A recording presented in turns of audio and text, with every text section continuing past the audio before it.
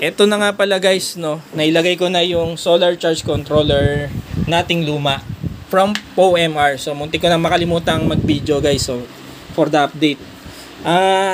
Ang nangyari ngayon guys, pinumesto ko siya sa ilalim ng 12 volt system. So sa baba niyan actually nandito pa yung 12 volts battery natin, pero inurong ko muna siya.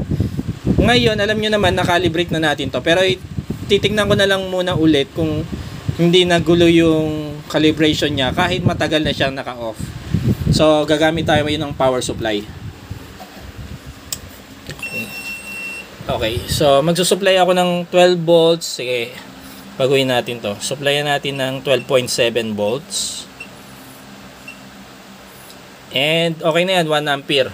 So naka-hook up na yung alligator clip dito. So ilagay na lang natin ulit yung isa.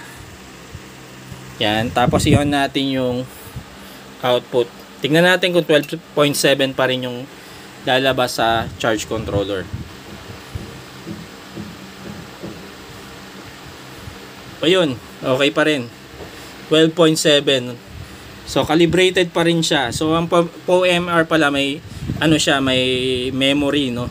So kahit matagal na siyang hindi ginagamit, naka-off, hindi siya naka-hook up sa battery, natatandaan niya.